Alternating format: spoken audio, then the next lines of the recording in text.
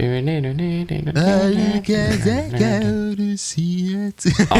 yes. That's so good.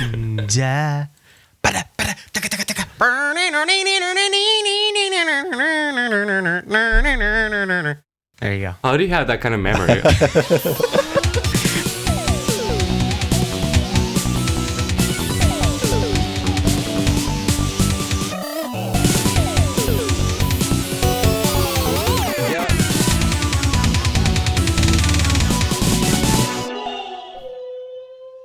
Welcome to the Visual Kei Podcast. I'm your host, Frederick, also known as Whirling Black, and with me today, as usual, I have... Your co-host, Alexi.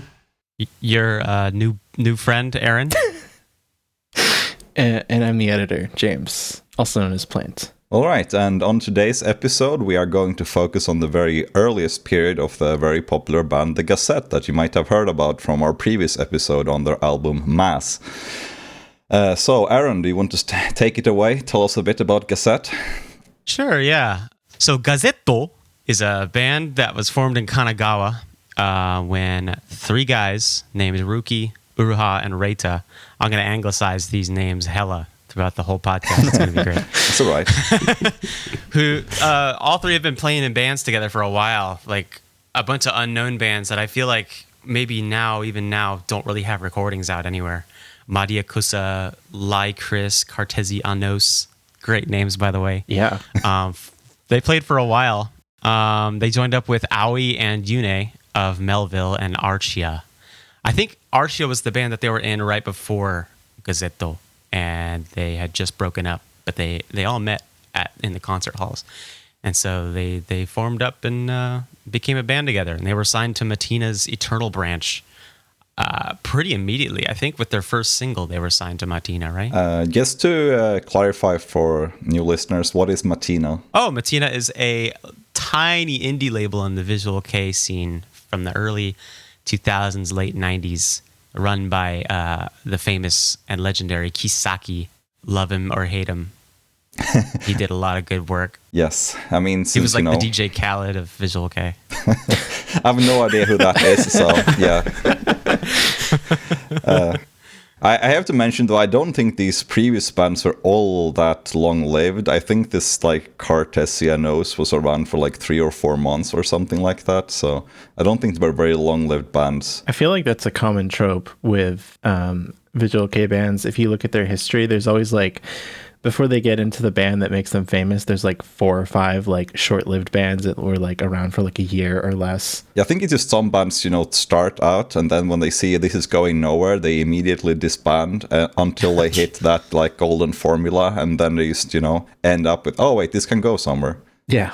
I might also want to mention that the first live of the Gazette was in March of 2002, and I think the previous bands disbanded around New Year between 2001 2002. So they had a pretty short startup period, like they got straight into it. I think before we get to the music, it's good to mention that the Eternal sub-label of Matina was quite different, and it was also involved with another very infamous Visual Kei personality, Yaoi, who... Yaoi? Yaoi? Yayoi. Excuse me, sir. That's a genre of manga. Also worth mentioning, it was Tokyo-based, and Matina, the sort of like mother label, was Osaka-based. Yeah, and in this sort of overall impression, I mean, Eternal does have variety in itself, but I think the bands that most people remember, other than the ones associated with the head of the label, are the ones with this kind of street image, if you could call it that. Mm-hmm. We're talking about the Kings Quartet and, most importantly, Gazette. Was Gilly Cadiff also on this? No, they're on Mission Music Factory. Oh, okay. Because they had a very similar sort of sound to early Gazette as well. And image as well. Yeah. Yeah. Eternal was definitely more like the trendy label, I'd say. I feel like Yayoi was trying to... He kind of had his finger on the pulse of the current trends at the time, and he was like, we need current bands that are fun. I would definitely say so, and I think bands like that was like Sugar Trip, Cherry, although Cherry didn't do like much. Well, Deadly Sanctuary was really out there. Yeah. I don't think that would have been trendy in any era, but it's very interesting to listen to now. Yeah. But then otherwise you had like more traditional stuff. I guess you could call it like Vice Risk, Limis Fairy, Car Maria. Yeah, Syndrome was on that label. Earl Grey. I think Modith Grail did some stuff for Eternal. I'm not sure. Did they? Lubis Kadir. I think these are... No, these are I think just regular Martina bands. Yeah, these are regular Martina bands. Oh, you're right. Oh my god, we're spreading the misinformation left and right. Wow. Now, eh? James, in editing, backtrack over that. Pretend I said bands like Death Cupid, Car Maria, Hell yeah. Double Kitty at the very start. Wikipedia beside you, let's go. Yeah, sure. I'll definitely fix that. Yeah, this is the welcome to the Visual Kei fake news podcast.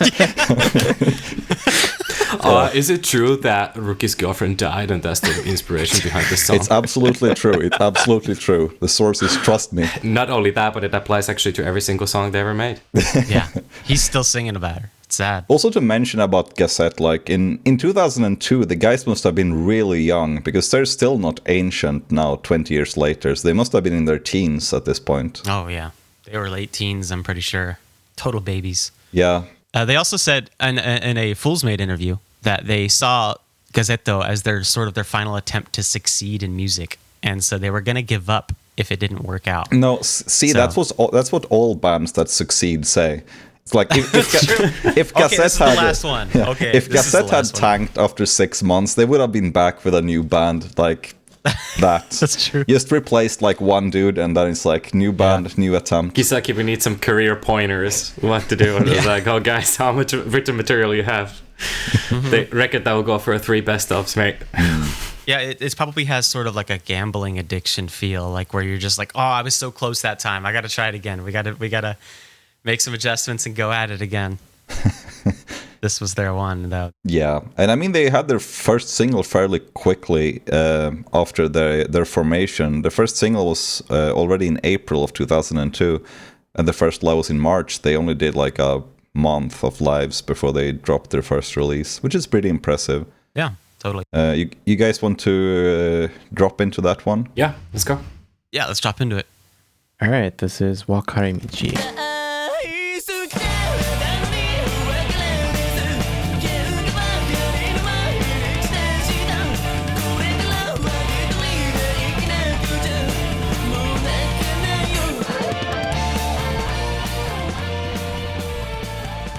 So, despite how young the guys were and how limited their band experience was, I think a very defining feature of even the early Gazette is this very homely and nostalgic sound.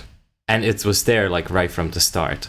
They didn't have this sort of weird like trying out things there, although I guess you could sort of call it that. But still, it's very impressive how whole the sound was, if you know what I'm saying. Yeah, it feels really cohesive, like they already knew what they wanted. And also it's a very ambitious single, like the songs have a lot of different things going on in them, like the title track is quite long and it has many different movements. I think Uruha and Aoi had a very remarkable year for a melody, like right from the start. And that's how it also stands apart from the other Martina Eternal bands, really. How they play with the central theme of all this, like especially for Wakaramichi, and especially with the solo, like how it builds on the central theme. It's very impressive for young guys. Totally. And yeah, like Fred was saying, it's very ambitious to debut with a 5-minute single. Like, that's nuts. But they really kind of keep it interesting throughout the song. And it's very memorable because of it. I would also like to add that they, like all of them had this sort of sense of building on things. Rookie even adds a little bit of extra oomph for the final chorus, which is a nice touch, especially when you consider a lot of the 90s stuff. They actually sort of keep the chorus as like standard. Right? They just kind of repeat it all the time, and then they do like a classy 45-second fade out. Yeah. Because it had some sense of like, hey, we're building these songs and we're taking them somewhere to some sort of climax. I mean, I want to also shout out the B-side, like Sentimentaruna Onigoko is one of my all-time favorite Gazette tracks. I feel like it's got a lot of the sort of like early Kagero vibes in the sort of like way it's kind of creepy and almost industrial-esque. Definitely. Yeah, and also those classic Gazette, like strange, jerky riffs also started out here, I would say. Oh yeah, that's like almost like a separate riffing style entirely from Wakaramichi. which is insane that they had both of those like right out of their pockets. Yeah, I would say Wakadamichi has a more old school nostalgic sound, while this one has that kind of like angular weird feeling to it. It's more Matina Eternal, isn't it? Like stereotypically, if you could call it that. And personally, I kind of get enough of this early 2000s sound, just when Visual Kei was just about to make that break from the past, but they didn't really finalize the divorce yet. So it's still sort of macabre and obscure, but they're trying like this low budget street sort of weird new metal-y thing. I think they're contemporaries at the time, where bands like Baroque and Kagero and Gazette really kind of feel at this time kind of like a transitional period between the Koteke Matina era and sort of this new wave of like aggressive pseudo osare kind of style, where it's like pop punk style, but really sort of manic and chaotic. Absolutely. Yeah. I think that's what makes Visual Kei around 2002, maybe even like 2001 in some cases, 2001, 2002, maybe also parts of 2003, very interesting, because it's an interesting transitional period where bands are trying to develop in a new direction, but they're still holding on to a lot of the stuff from the late 90s. So like there's an interesting amalgamation going on. Track 3, Akai One Piece, has that I don't know if I can do it, the like oi sound effect that is now in our theme song. And that's sort of, I don't know if that originated from this song or what, but that became sort of like a VK staple. And this is definitely one of the earliest examples I can think of with it. Yep. That's also, that's definitely, I feel like this is a very early example of that trope that got repeated ad nauseum throughout Visual Kei for like the next 10, 15 years. Yeah. It was great. I don't know where it came from either. Maybe just punk music, honestly. It's kind of like a punk chant. It's worth mentioning Akai One Piece was not on the original version of this single. Oh, that's right. It's on the second press. Second press, yeah. I don't know if you've seen, but there's like a really old picture of Reita, and he's actually having like, I don't remember, I think it was a Napalm Death patch, which is oddly Western of them, if you could call it that. But sort of, then you have to ask, like, is this consciously chosen or just for the image? You don't know, but there are definitely cues in their early music, especially, that it's not impossible that they were fans of that kind of stuff. I wouldn't be surprised. Plus, it's popular and trendy to like Western music, especially then, where they were just kind of like worshiping like new metal and regular, just like death metal type bands. Yeah, and you gotta appreciate how that stuff wasn't as easy to find back then as it is now. Like, it's just on the internet. Back then you had to buy stuff. Oh, yeah. Or like trade tapes. And CDs in Japan are expensive, more than here. One more quick anecdote to add. I don't know if you guys noticed, but the lyrics for Wakadamichi are very long, and he says a lot of stuff very fast. And he actually pointed this out in an interview, and he attributes it to his inexperience as a lyric writer, and he just really wanted to put all of his shit in and just fit it into that small amount of space. But that also creates the charm. It feels very rushed and ADD. It works. It's funny, but maybe he was like, well, this might be my only chance to get a CD out, so I better say everything I wanted to say. Yeah. Let me tell you about my breakup, or so day 3. Yeah, it could happen. But, it actually, it didn't happen. They actually released 3 singles in the span of 5 months in 2002, which is, a decently impressive schedule, certainly for this time at least. Where were you guys when you first heard Gazette? Oh, well, I don't know. I asked because I remember where I was, and I was on my computer at like 3 a.m. on WinMX looking for MP3s for random band names that I saw on Vizunavi, and I got the Wakadamichi CD in MP3 form, and it just blew my mind. They weren't really groundbreaking, but they were very different from the other bands that I was hearing at the time. And I remember when it first got spread in the Western kind of VK circles, it felt like Gazette were pretty big. Like to us, it was like, wow, these guys are probably super popular and they're kicking ass. But apparently in interviews, they stated that until PS Company signed them, they sort of stagnated and could only pull like small crowds for a long time. For those, 9 months. Yeah, 9 months of just stagnation. Probably agonizing stagnation, where they were just playing these old songs and getting tiny groups. Yeah. So that was the first single anyway. So let's go on to the second one.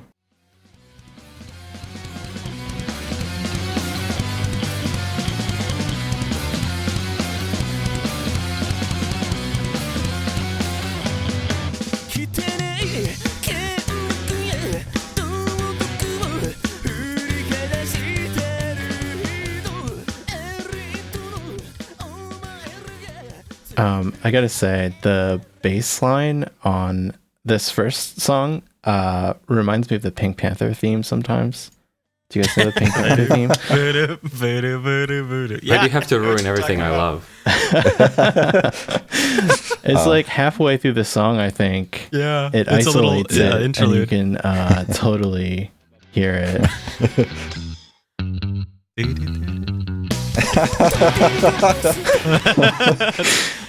Sorry if I just ruined that song for you, but when I was listening to it the other night, I was like, oh man, this sounds exactly like the Pink Panther theme, and I can't unhear that now.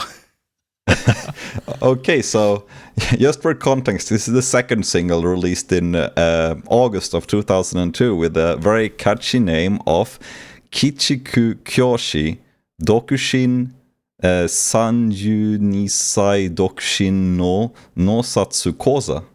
I could have told you that. I assume that there's a shorthand that fans use, probably like Kichiku Kyoshi or something like that. Yeah, it's that single with 33 and the Japanese guy in the cover. Yeah, that one. Yeah. Literally, that's how I've been referring to it my entire life. Which I don't know if anyone's ever identified the guy on the cover, but based on what the songs are about, I'm assuming it's like a teacher. Oh, I heard who the guy is. They said really? it. So, yeah. Okay. I thought that one of you would have remembered it. I thought it was a small politician.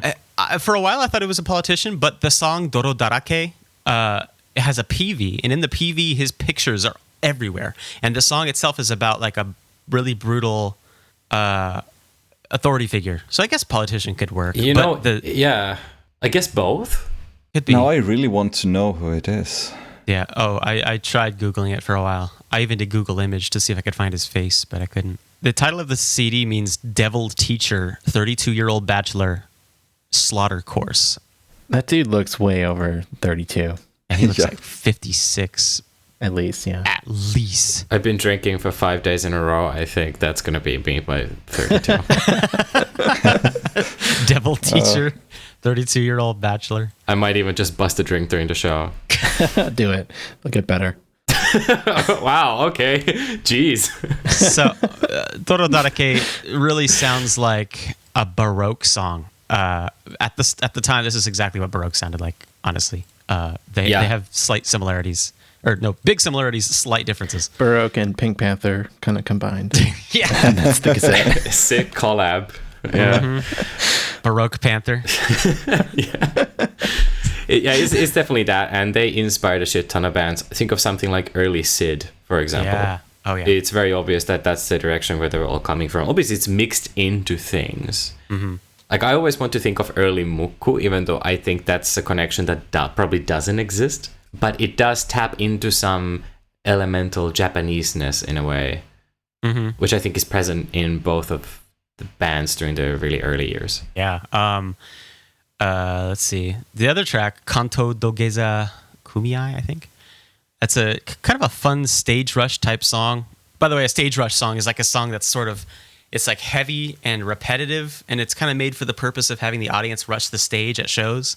And that's really what Kanto Dogeza is, basically that, because anytime you're hearing a VK song, especially from this era, and they repeat a passage over and over and over and over in the song, it's for that. Right. Because every time you watch it live, it's like audience goes, ruh. Yeah. Some weird vocal effects in this one. Kind of sounds like like he's underwater or something. Oh, those are very cool. And also, one thing we didn't mention when we were talking about Wakaramichi was the auto-tune on Sentimental Naoni Gokko. Oh, yeah. Right. Yeah, they were doing good stuff. Yeah. Yeah, it's very early for VK. For Kanto, there exists live renditions ranging from anywhere between 7 to 15 minutes. I think they used to include it on most DVDs. They only started phasing it out of the set like in recent years. And they have another song of similar type, which is called Go to Hell, which was played during the Nil tours, but that one didn't really take off in the same way. I think this song has like a unique place in the discography, and if you're completely a Pressed fan, you'll like it. But for anyone else listening to the same thing go off and off for 15 minutes might be a bit excruciating. I think it's one of the few setlist staples of their early releases, isn't it? Like the one that remained a setlist staple the longest. It would be the earliest. Yes, I think so. And also, I have to mention the second track is an extremely long ballad, which is, pretty ballsy also this early in the career to just put out a 7-minute ballad. Oh, hey, that's a fucking Matina classic. Yeah, that's the move everyone had to pull. I mean, even if you didn't have the chops to pull that kind of scope, I mean, I mentioned Quartet earlier, but they had a excruciatingly long ballad as well that ends in this like screaming climax, and that's sort of a little bit what they did here, although to lesser extent. And it's like, no one would ever recommend these bands to do stuff like this. Heard them play in a garage and like, hey, you know what you guys should do? A power ballad of 8 minutes. A really melodramatic power drip ballad. Really put it all out there. And also, this might be the first Gazette song to end in a fade out. So the fade out counter goes ding ding. Proud tradition. And it will go ding ding a few more times. I have to mention also that, I think it might be like you said, it's like a Matina, how would you say, like a obligatory thing. You had to do like a long ballad in one of your early releases. It's in the contract. Yeah, exactly. So with that, let's move on to the third and final single they released under the Eternal label, which was just 1 month later, called Gozen Seroji no Turama Radio. You said Eternal Labor. Oh, yes. Which sounds appropriate. Yes.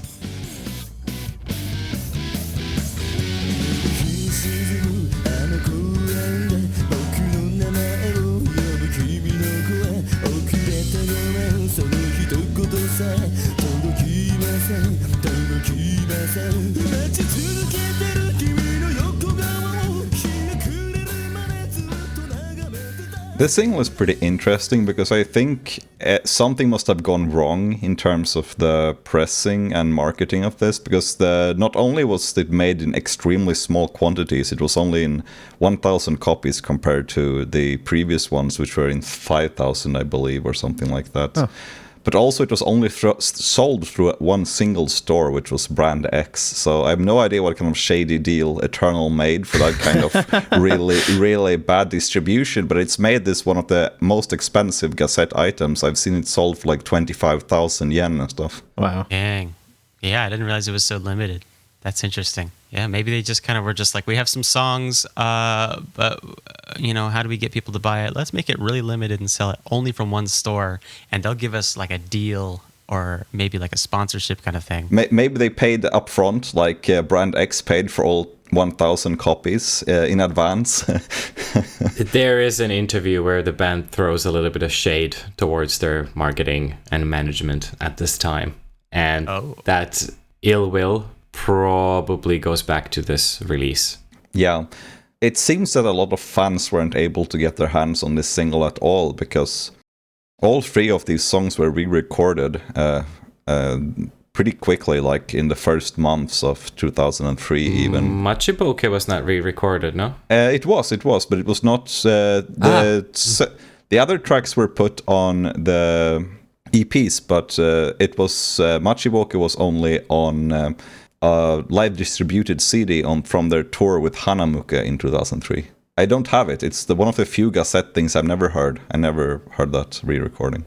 But anyway, let's speak about the songs themselves. What do you guys think? Oh, well, I really like Shiawase Nahibi. As I feel like it's an eternal Gazette classic that I continuously come back to. I love that song so much, but it also kind of has like a grip on my nostalgia strings, so to speak.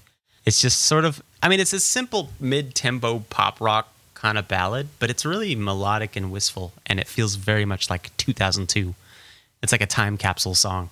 And I think this era, I forgot to mention earlier on, I remember falling in love with Yune's drumming. He plays really sort of fast and hard and plays plenty of fills and ghost notes. he has a fun kind of hooky style. He's one of my favorite VK drummers, I think, from this era for sure. And it's sad that he was so short-lived. I mean, he did reappear later though as the drummer of More On. And whatever it's called now. You made it sound like he died. I was like, wait, he died? No. Yeah, well, honestly, he was gone for so long after this, it felt like he died in my heart. Oh, see, I never even learned the name of the new drummer. I used to always call him the new guy. Yeah. Yeah, no, it's true. The drumming on these first 3 singles is excellent. Yeah. It shines later on, too, when you hear, like, re-recordings, and Kai is just like, ba-da-ba-da-ba-da-ba-da. Yune was like... He was too good for them. He left. It's true. No, but I have to say that I think this single is really good. I really appreciate the original version of Wife, which is on this single. It's just a very... Waifu. Yeah, Waifu. It's Waifu. I feel like it has a similar vibe to Senchimentaru on the first single. This sort of like weird, sort of creepy vibe, which I really like when Gazette dabbles in. Yeah. I also love in Wife when he goes, juice, juice, juice. Oh, don't say that on the show. We're going to get in trouble. Not juice. Oh no. Shit. That's the clickbait title for this episode. It's Rookie is anti-Semite confirmed. No. We cannot use that on the show. I'm sorry. No, I thought he was just being about like... It was about like, being healthy and losing weight. Oh. He was juicing. What does he say though? I don't know actually. I'm pretty sure. Or is it one of those shouty lyrics that they just never include in the booklet? They do that in VK. It just sounds like juice. I thought they were saying like us or something. Oh yeah, that's what it is. Maybe us. Yeah.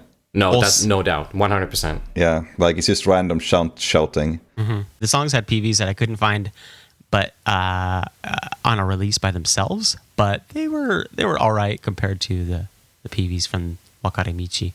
They all kind of had a unifying theme of low budget. I think the PVs for these were released way after the single was. I think the PVs were released in 2003 for some reason, like the PV VHS. Even though they looked like they were recorded like the next day. Oh, they were recorded at the time. It's just like Eternal didn't. I guess they ran out of money to buy VHS tapes or something like that.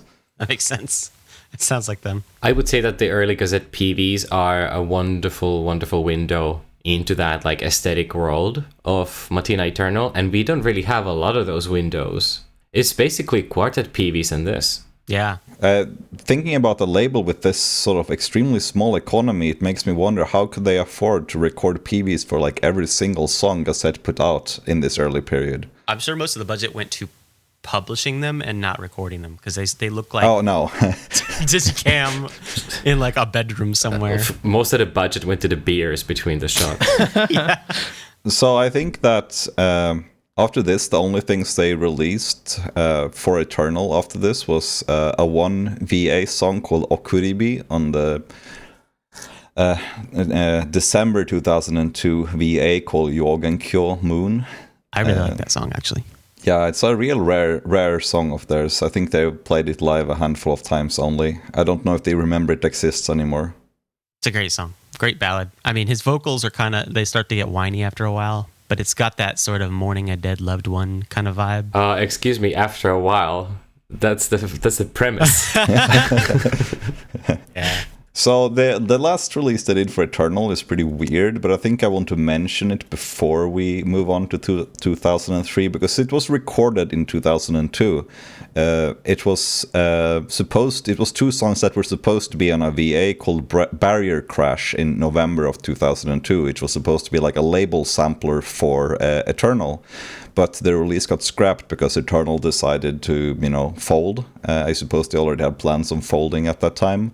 So the VA got scrapped, but the Gazette songs, which were recorded sometime during the summer or autumn of 2002, and they got repurposed for a memorial VA, which was called Kaleidoscope, which was released in May of 2003. So, already at the time when Gazette was releasing like EPs with their new label, they kind of had two songs released on Eternal at the same time with their original lineup. So that kind of messes up the timeline a bit. and it has the only studio recording of their very popular live song, Backdrop Junkie Nancy, which apparently a lot of fans didn't know even had a studio version. I've had people at clubs come up and request a song from me, and then when I play a studio version, they've been like, oh, I didn't know there was a studio version of this song. Yeah, it was only released here, right? Just on Kaleidoscope. Yeah, and it's a very rare and expensive CD. I think it was printed in very low numbers, and it costs a fortune to get. So I think it's one of those cases when the live rip went into file sharing circulation a long time ago, and it's almost like the original version of Shiawase no Hibi. You would find like that specific release where the old one was supposed to be, but the track inside was actually the new version. Yeah, people sort of self-assembled. That was the dire world of being a Visual Kei fan, 14 years old in like 2005. Yeah. Backdrop Junkie is sort of like it's sort of like their new, well, it wasn't new at the time, but it was another crowd rush song that they played to really kind of make the house go up. Yeah, it was actually played already on their first live, so I think it was like a long-time live favorite, which they finally recorded at that time. Yeah, I was looking up stuff about it, and apparently Ruki composed and wrote that song, which is interesting. They usually don't credit composer, but it seems like a few of the lyric sites I was looking at, they all credit Ruki. Kai at this point was in the band, I think, but this recording is probably older than Kai, right? Yes, this recording is from sometime in the mid to second half of 2002. So yes, it was definitely done before Kai. They did no recordings with Kai for Eternal, and this was a Eternal memorial. Gotcha. Okay. Yeah, which is why I covered this before we move on to your storytelling of 2003. So, you want to take it from there, what happened in 2003? Sure, yeah. I mean, in 2003, they got signed to PS Company, sort of a burgeoning, bigger label in the VK scene at the time. I think at the time they had Kagura, Dual Quartz, and maybe that was it. But this company had a lot more money, and they were really putting a lot into the promotional side of the bands. And so Dual Quartz and Kagura really had a strong sort of presence in the scene, and everyone knew who they were. And it's just a very supportive label. And so they dropped Matina, or I guess Matina dropped them, because Matina was dying at the time, right? Yeah, I mean, it folded at the, I think they had the last event as a New Year's event in 2002, which Gazette participated in. And I imagine, like, right after that, Yune left, and then at some point after that, they signed with the PS Company. Yeah. Which you assume, like you said, had a much bigger body, because you can tell that the quality of the recordings and everything went up once they joined there. Quality of everything, like their photo shoots were more clean and professional. Later on, their videos got really clean and professional. You could definitely say that around the first mini album, the band kicks into like a completely different gear. Up to production value, like you guys said, the playing is much tighter, much tighter, and there's even flashes of metal techniques already.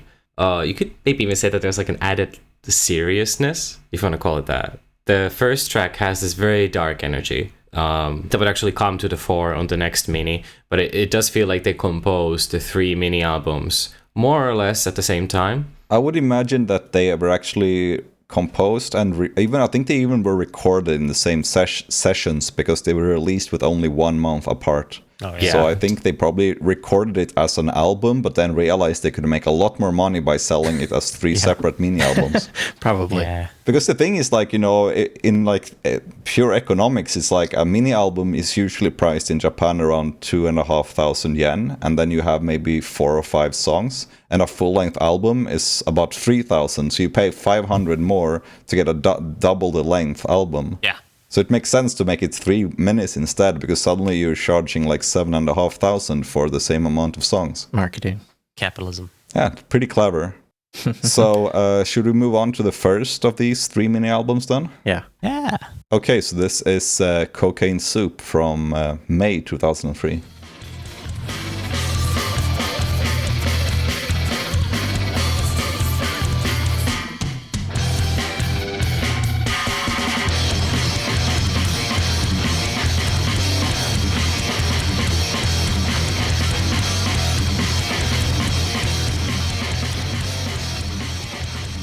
So this was basically the first official proper release that Gazette had with PS Company. It's apparently when their fan base started to grow and they were able to get better advertising and stronger promotional support. It's not a big departure from what they were doing before. In fact, a lot of these songs I'm sure they were writing before they got signed, but it's the first recording of them. Yeah, interesting stuff. Also, the first time we get to hear Kai's drumming, and in the rest of the album, it's more of a sort of a thing that you can you can assess his skill level. But in this song, the way the drums are mixed is exactly like the way Nero's drums sound in almost every Mary song, where it's like a tin can. Yeah, this song has Nero drumming, and I kind of like it because of that. Talk about beautiful 5 shitters. Great song name, which is track 1 off this CD. Yeah, great A-side title, great single title. Yeah, Cocaine Soup. 5 shitters. Hey, they were edgy, and actually, according to interviews, they were trying to be consciously darker. They even put like darker makeup specifically to create that effect, and I guess they really did try to create some distance between the early stuff like Wakaramichi, which was really adolescent. Now they were a serious band. We've matured in a year. Yeah, this next song is called Beautiful 5 Shitters. Because that's not adolescent at all. But it's about society. Yeah. I wanted to mention also about this song, and the funny tidbit is that the lyrics of this song has never been released, like Beautiful 5 Shitters. In the lyrics booklet, the lyrics are replaced by a Buddhist sutra, which is called a Heart Sutra, so it just says like a sort of like Buddhist chant in the lyrics booklet, which obviously is not what he's singing. That's cool. I like that. That's edgy. Yeah. So basically we will never know who the 5 beautiful shitters are. They're the friends you made along the way. It's a coalition isn't it of the people. band? They're the That was beautiful the band. 5 shitters. It's I thought it was the band autobiographical. members. Yeah, that's what I always assumed, at least, that it was like a self-reference because of the 5. True. Yeah, it's almost like their calling card song. Yeah. Once again, though, this song is one of my all-time Gazette favorites. I just really love the weird, crazy energy it has, and it's super bouncy as well. It's really fun to play at a club and stuff. It's really good for dancing. Yeah, it's a good dance number. Yeah, I really would like to see this live as well. I think it would be super cool to see it live. Oh yeah, it probably sounds pretty cool live. I remember thinking, and I still kind of think this, that the song feels a little bit like Duran Gray Worship in a way. Like it feels like a Domestic Fucker Family or Mr. Newsman kind of vibe, where it's like really distorted, kind of tinny, aggressive vocal, heavy metal kind of vibe. If you consider the year of release, that's very likely. This is definitely the more metallier of the early stuff. I mean, compared to the shit that just came right before. Obviously, Wife has shades of that, but not to this extent. This is definitely this is closer to their more metal style. All of these 3 minutes have a very interesting mix of like things that feel like it's pretty forward thinking in terms of their later stuff, and then throwbacks to the things they were doing in the Eternal year. Although I think what unifies all of them is that the interplay between the 2 guitarists is wonderful. They really accompany each other like no one else at the time. I mean, like no one else other than maybe like the top tier of the bands. And on the second track, there is a very, very lovely addition of the bass. Very good song, the second track, actually. Much better than the new version of Shiawase Nahibi. That's in my opinion. Shiawase Nahibi, I think, is a very typical, boring, soft pop song. I don't like it at all. It's one of those Gazette songs that doesn't stick with me in any way. Mm-hmm. I wonder if that's like a hot take or if it's pretty hot. Yeah, it's beloved. At least like microwave. So people like it. Yeah. Is that what you're saying? Yeah, it is part of that sort of the aesthetic whole of the early sound. It's very hard to divorce from that. I would put it like it's kind of essential to round up the picture. Because I think that Kokei is a much more interesting song in that sort of like early Gazette style. No doubt.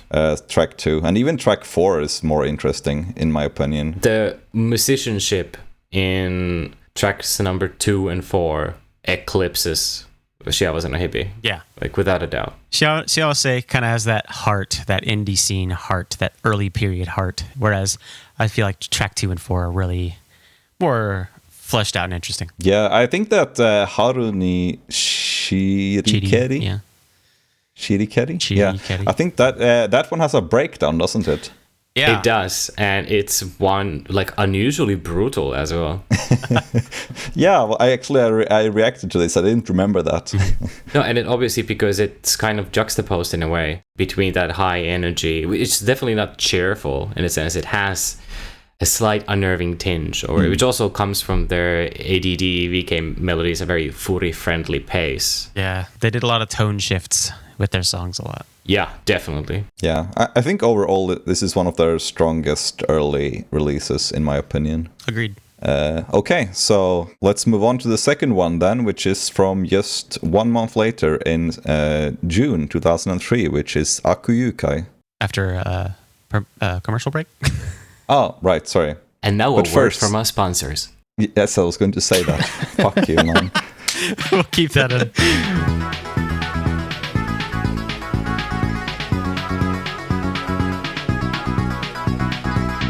This episode is sponsored by Rare's Hut. Rare's Hut is your source for rare and not so rare imported Japanese rock, metal, and Visual Kei outside of Japan. Their prices compete with street prices in Japan, so save on import fees and shop at Rare's Hut. And if you're a new customer, be sure to enter the code VKPC at checkout to get 10% off on your first order. By the way, if you're enjoying this episode and want to help us out, please subscribe, give us a like or a 5-star rating on whatever streaming app you're using, and recommend us to your friends. It really helps us out. You can also follow us on Twitter at the VK Podcast. Join the vkgy Discord server to hang out with us and meet new VK fans, and catch new episodes on Apple Podcasts, Spotify, YouTube, and pretty much anywhere else you can listen to podcasts. Thank you.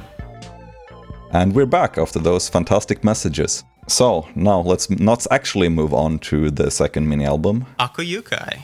Yes, which I already said. Yeah, you already said it. You're all conspiring against me, guys.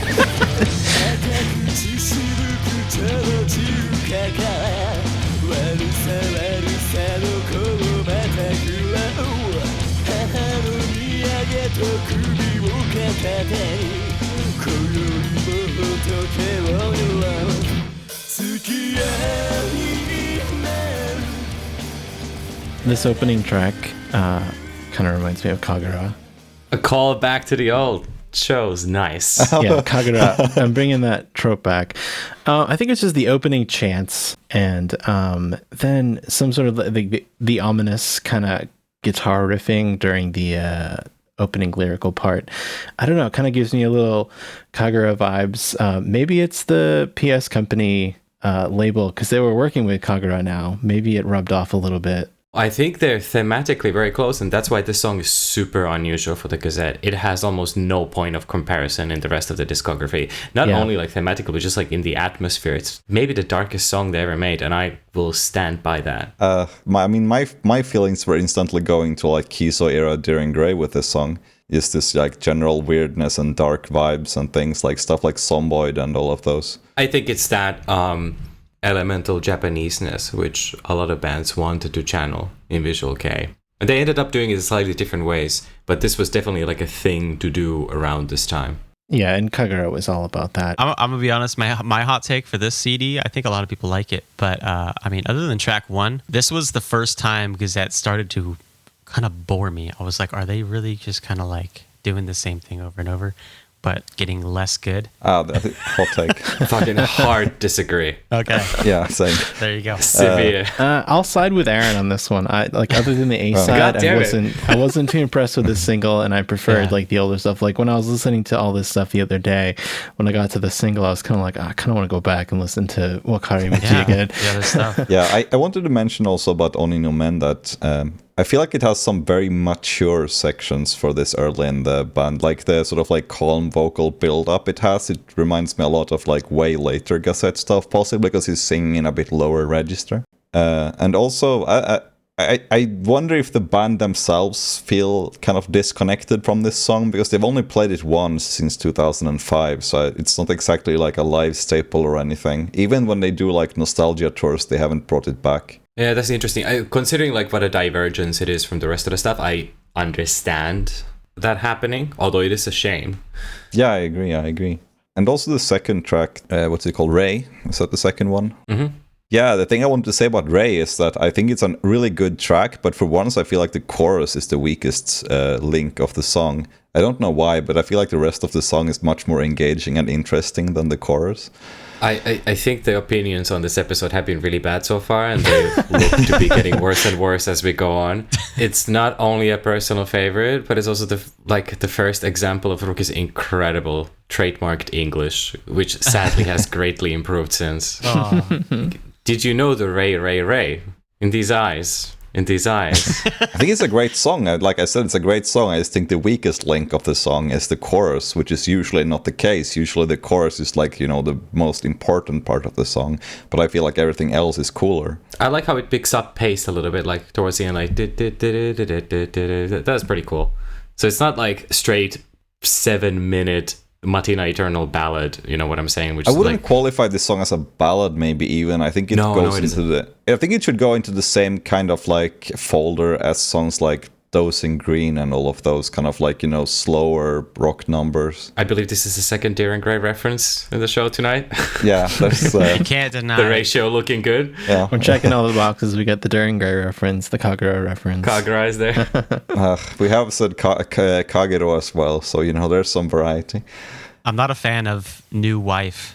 You like the old wife? I prefer the ex-wife than the current wife. Neither the old or the new one talk to me anymore. Yeah, I feel like I agree with you. I think I think Wife sacrificed some of its weirdness for new metal chugs, which is, I think it was a poor trade-off, even though I like New Wife as well. And obviously it's great live and such with its chugging, but I feel like it lost some of its character on the way. Plus, he doesn't go juice anymore. He no. goes death row or something. Actually, I think this is an overarching feature on all the remakes. They're just not the same. There are decent, polished, good songs. It showcases their playing a little bit better, their improved musicianship, but the atmosphere is not the same. I would agree with that. I think the New Wife has its place in their discography, but as usual, when a remake is different from the original, I'm kind of always annoyed that it replaces the original. Kind of wish it could just, be its own thing instead, so they could both exist simultaneously. Why can't the old and the new wife get along? Yeah, exactly. What do you guys think of the original Ito, and then what do you think of the remake of Ito? That's a remake? There is most certainly a remake, released on the Traces Volume 2. We haven't gotten there yet, so I don't have any comments on that. I mean, we'll get to Traces Volume 2 in like 2030. Yeah. Yeah. I mean, the original on this one, I think, is just a typical Gazette ballad, and usually I feel like they're too long for their own good and not super engaging, so... This one it's fine, but I don't know. I don't listen to Gazette for their ballads. Is sort of like my hot take on this one. Oh God!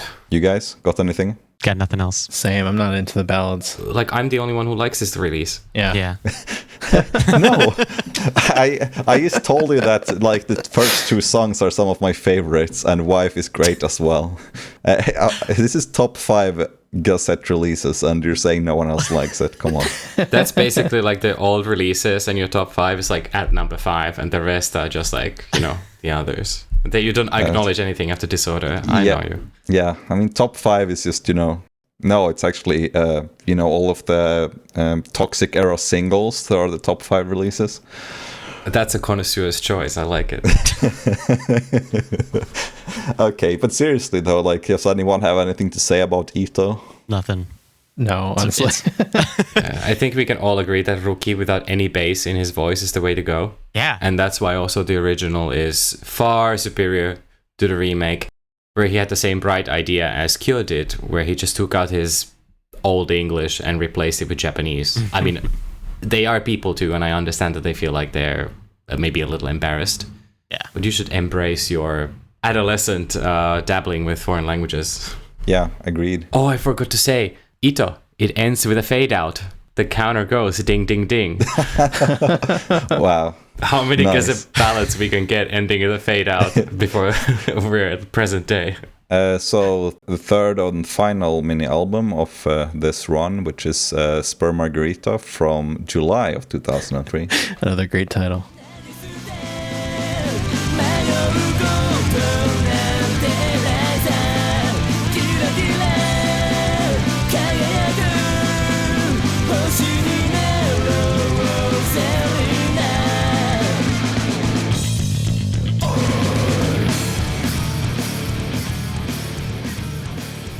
I like this song. I like how lighthearted and catchy the chorus is, and it kind of just goes into like that headbanging moment. It's really good.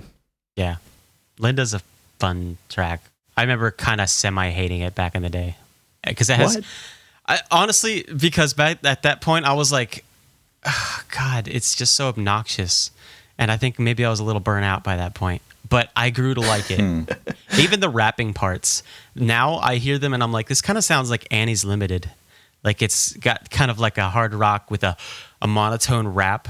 It's so very like Lavian Rose and Annie's Limited vibes. I want to ask though, like, does any of you know why this one has such a completely different sound and feel compared to the other two? Like, was it a conscious choice to put all of the sort of like pop punky songs on one CD? Because all of these are very similar to each other, but not at all similar to the other two. Oh, it must have been that. I mean, it's still like in its entirety thematically consistent with the scope of their music, stuff that they would do after, stuff that they would do before. They made happy fun music about people having a happy fun rockin' time. Who are we to judge? It just looks odd because I think people kind of like to focus on the darker and heavier a little bit. So this one is red, and maybe the slightly weaker material doesn't help.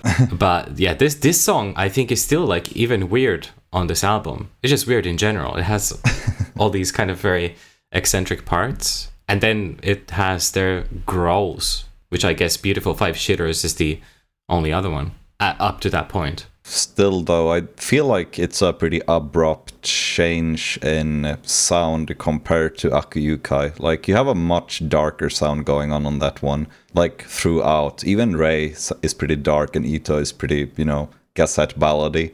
And then it just suddenly jumps in, especially when you listen to them, like, in the order that they were re-released as a full-length album. Maybe they were trying to cover all the bases, like, do something dark, do something light, and see what sticks.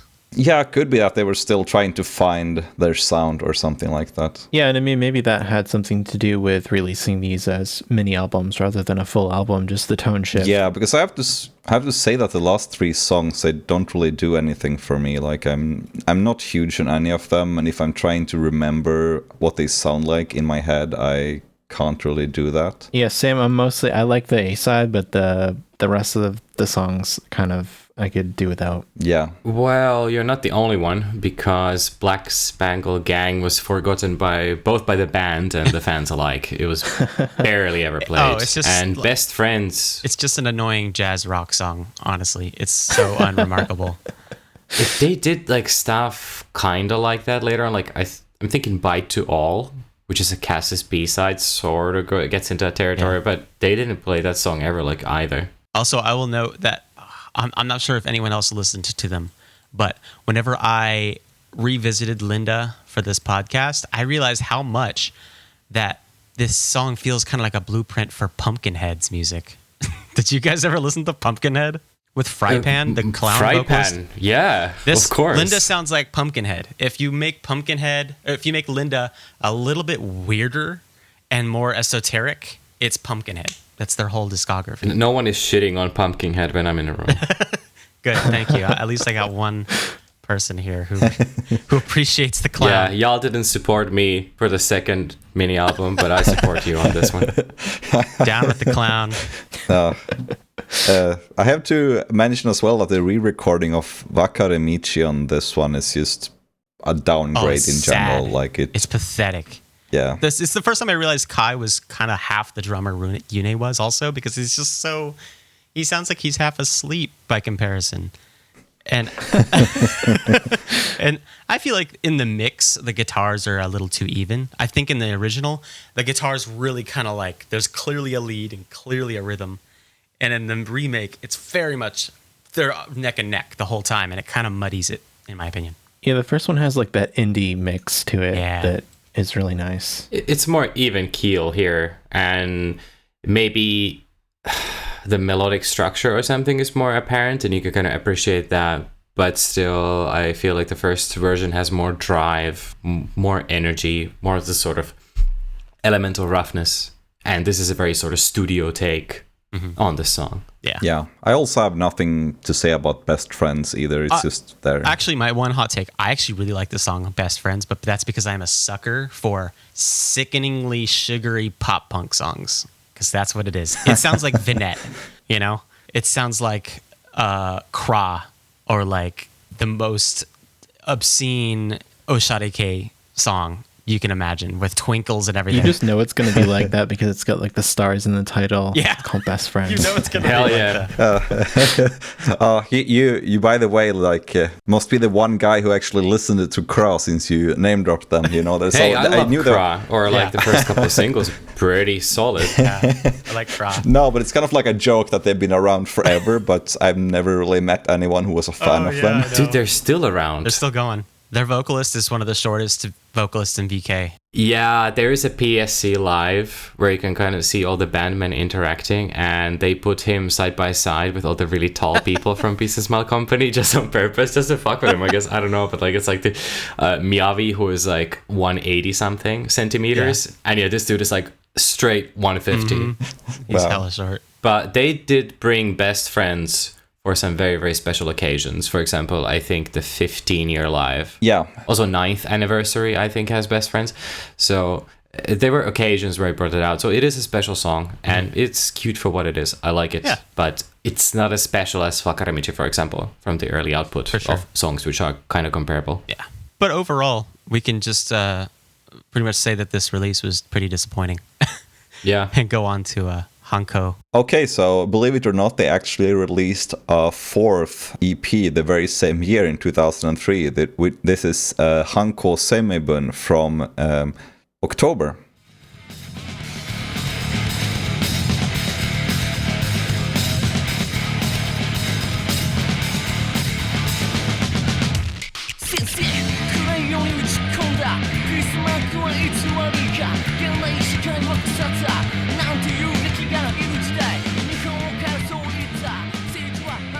I forgot to listen to this one, so I'm going to hit the water closet while you guys discuss it. Well, I guess it could be arguable whether you missed out on anything. As a super fan, I would say yes, but otherwise, it's a very strange song in their discography. The production job is so strange. It's thin, jaundiced. It adds some cool factors to it, like the warped guitar tone on this, which you just heard. It does have its appeal, but otherwise, maybe it does leave something to be desired. What do you guys think? It brings back the rapping from Linda, but I think the amount of screaming included kind of make it better a little bit. Maybe not better than Linda, but it's a good mix, isn't it? It's a very Kagero mix as well. Yeah. Oh yeah, totally. It doesn't grate on your nerves. It kind of fits a feel. You know, I like it. I actually like it. Yeah, this rapping thing was really coming up on Visual Kei at the time. Yeah, I want to say that I think this is the early Gazette release I've listened to the least amount of times, and I think I'm not alone in that. I think a lot of fans of Gazette probably view this as a slightly overlooked EP in general, and I think it's overlooked by the band as well, because half of the mini has not been played live since 2005 either. So the band themselves must have forgotten about the tracks. With the exception of this, I suppose. Most of the songs are pretty much super rares when it comes to live, and even this is. Compared to MADARA, for example, where the songs get still fairly regular feature. Right, yeah, but I have to say that, though, from my perspective, my favorite on this one is Murder's TV. I really like the chorus on that one. It's one song I feel like it has pretty good quality in general. It would be very interesting to hear it live today. There is I think the most recent live rendition, which is on an official release. It's on the Nil tour final, and it's pretty cool. It's a nice song. And when you compare that song to the stuff that they were releasing just like months before, I guess, and then you compare it to Madara, this feels like a transitional EP. Whereas if the previous three were composed right at the same time and they sort of sound whole and have this kind of unity amongst themselves, this one is, while the melodies are like total Gazette, the playing has become less frantic. Leads into Madara pretty well. Yeah, I was going to say, I'm going to assume that the 3 minis that were released as a sort of like a group, the ones before this one, I assume they were recorded really early in 2003, and maybe around the time they were being released, this one was recorded. So I think they have a very disconnected recording session. Like, it's not this from the same recording session, which is why the previous 3 sound very coherent when this one stands out from the other ones. But where did all the budget go? It sounds so strange. I mean, think of the 4th track, Kore Yokattan desu. It's so unjustly forgotten, and it's such a weird, like, departure. It sounded to me, when I was listening to it, it sounds exactly like Shiawase no Hibi, but reinterpreted. If you listen to this 2 songs back to back, it's almost like one is a reprise of the other. Oh my god, it's actually them being covered by Metronome. Sure, I'm sorry I didn't listen to this one now. And it's this fucking bleep bloop synth sounds better than the fucking farting balloon from Mass. If all the songs from Gazette were like track number 4, it would basically be James's favorite band. All the best elements. So basically, James missed the one album that has a song that he The should one that like. he had any potential to like. Yeah, He said, I don't know. Oh well. See, it was so forgettable that James even forgot to listen to it. Oh, that's sad. No, but like Aaron said, I think it does lead up pretty well into Madara. So, do you want to do any history in between that? Sure, yeah. I mean, around this time, we haven't really been talking about what they've been doing in terms of activity, but they did a tour with Hanamuke, then Vidal. They got on Cure, a magazine, and around the point of Hanko Seimei-bun, they were doing headlining shows with Deadman, which is pretty cool. Like, they were just kind of rubbing elbows with all the best of the scene. And I think after that, they did like a Beautifuls Fest, which became a DVD. And I love that DVD. That was like a life-changing DVD for me. Yeah, I agree. Probably the first time they were actually on a DVD as well, I assume, since the rest was earlier stuff was VHS. Yeah. That's 2003 one, isn't it? I think so. Late 2003, yeah, because the beginning of 2004 is when they released Madara. You know, that's very interesting. They're wearing these all-white jumpsuits, and they perform a very, very good rendition of Harun Chirikari. And I mean, just to think of catching them in like 2003, 4 or something with Vidal and Deadman, what a time to be alive. Yep. Mm-hmm. We were alive, we just didn't go to concerts in Japan then. Yeah, we were stuck out here. So I think 2004 with Madara, which is the last release we're going to discuss in this early Gazette episode, I think that's sort of like when they started to hit it really big. They really reached pretty high on the Oricon charts as well. Was it second? Yeah, they got number 2 on the Oricon indie charts with Madara. Yeah, which is huge. So okay, let's get into it. Madara.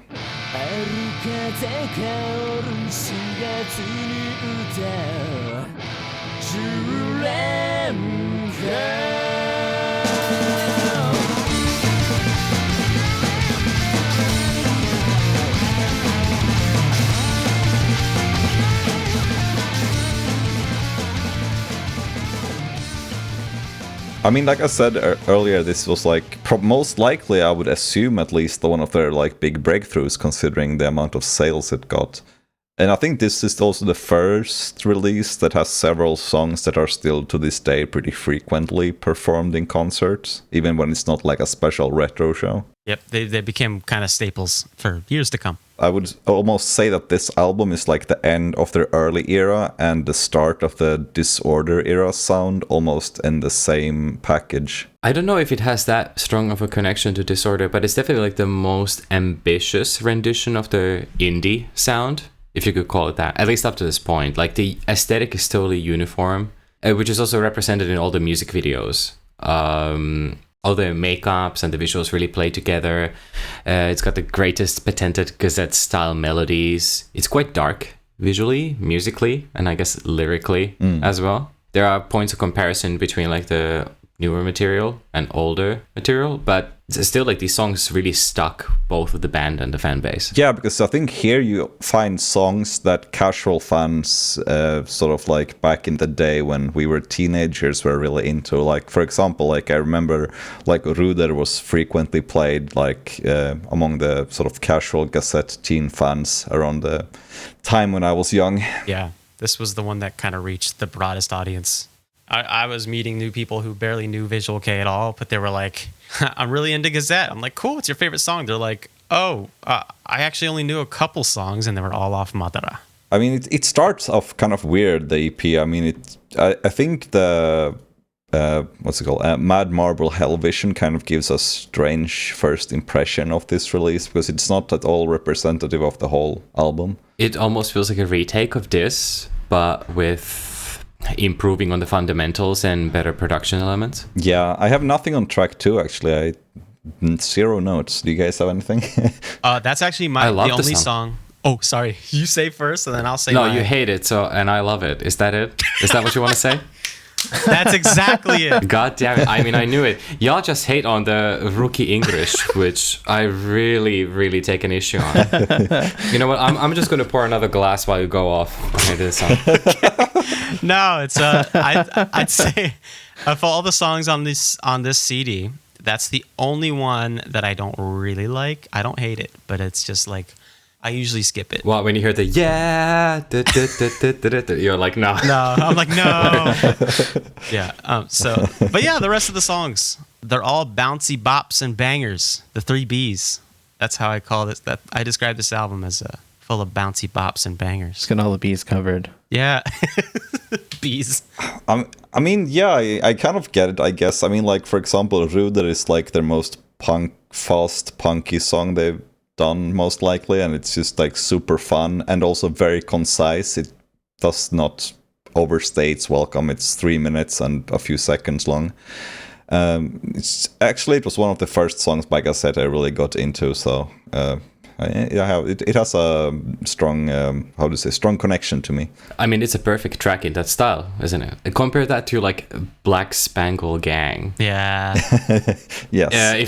This is the point when they were really getting the live potential of their style, and it's also no wonder that this has been played live at semi-regularity since it was released. Yeah, it doesn't take up that much set time either. Like, they can squeeze it in fairly easily. It's not, Misenin or something like that. Yeah, when they came back to the West in 2013, I believe, I went to a couple of the shows, and they played this as like a semi-regular on that one.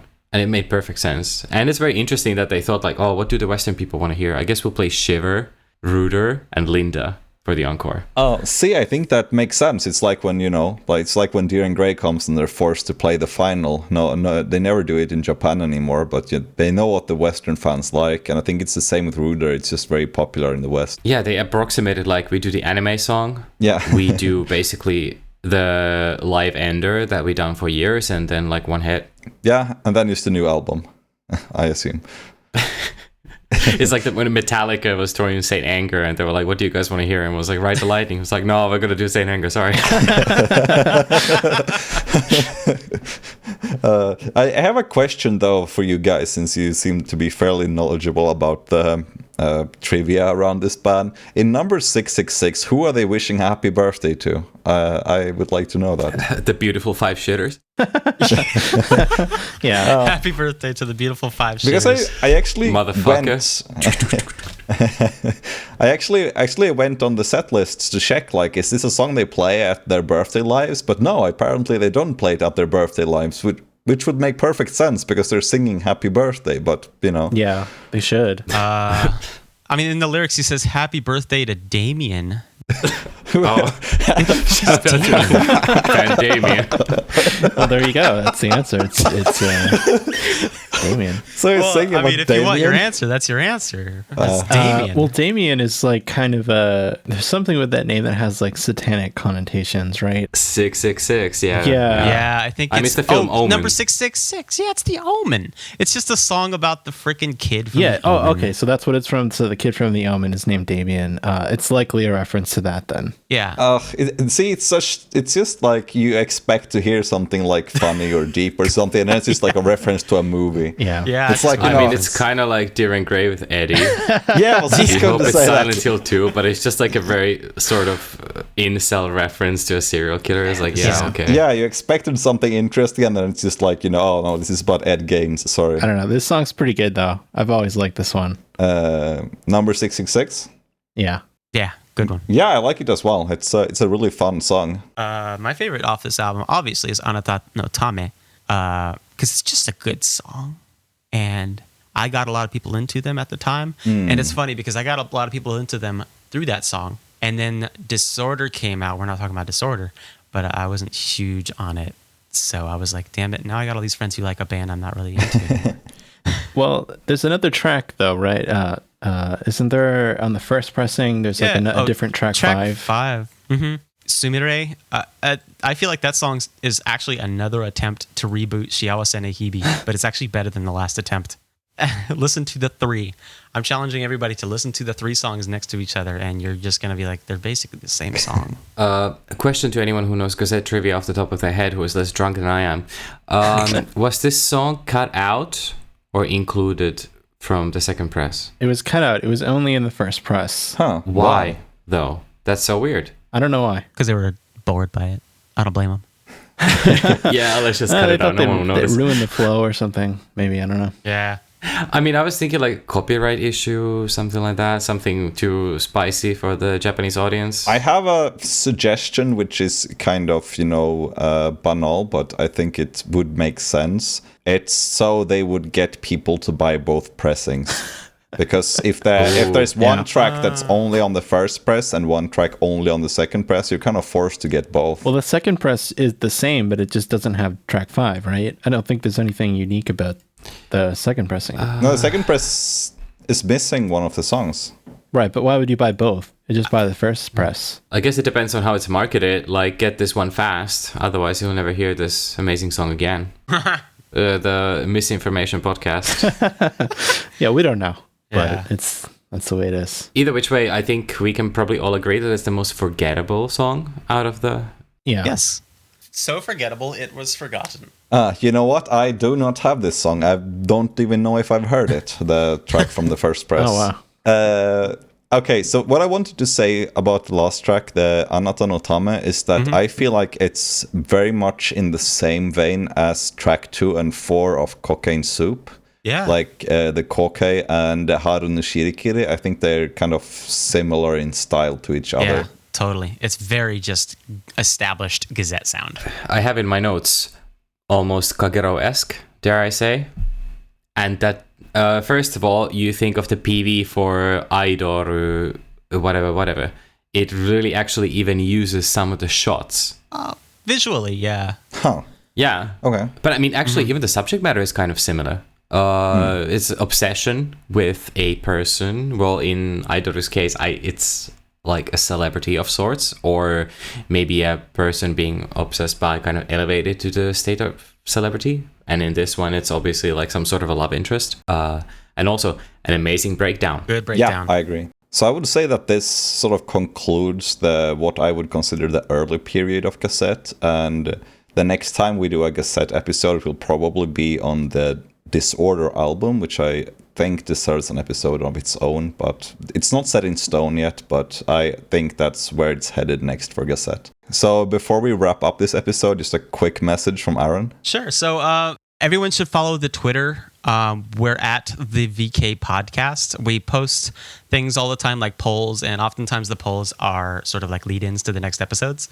Our most recent poll was, what is your favorite pre-Disorder Gazetto PV? And it seems like the highest votes went to Wakare Michi, of course, because it's just It's an indie classic, but I'd say the second most went to number 666. Everyone loves that PV because it's got Ruki in a cool red outfit. So if you guys want to participate, anybody listening, if you want to participate in polls like this, sometimes they'll get mentioned on the show. Follow us on Twitter at the VK Podcast. Yeah, very well put, Aaron. So all that's left now is to thank everyone for listening. And as usual, we will see you in the next episode. There's one last thing to say. Olay. No, that's not the one. We're changing it up for this one to see who listens.